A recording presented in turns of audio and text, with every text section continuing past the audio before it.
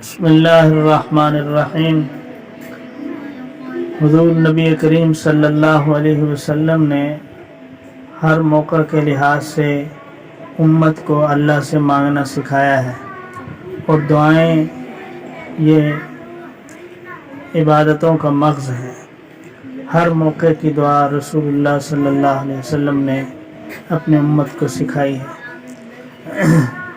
مثلاً جب انسان سونے لگے تو باوضو ہو کر دائیں کروٹ پر لیٹے اور ان دعاؤں کا اہتمام کرے۔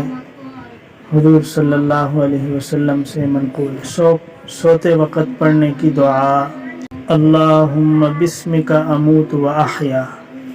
اسی طرح یہ دعا بھی حضور علیہ السلام سے منقول ہے، اللہم قنی عذابک یوم تبعث عبادک۔ ایک روایت میں یوں الفاظ آتے ہیں، اللہم قنی عذابک یوم تجمع عبادک۔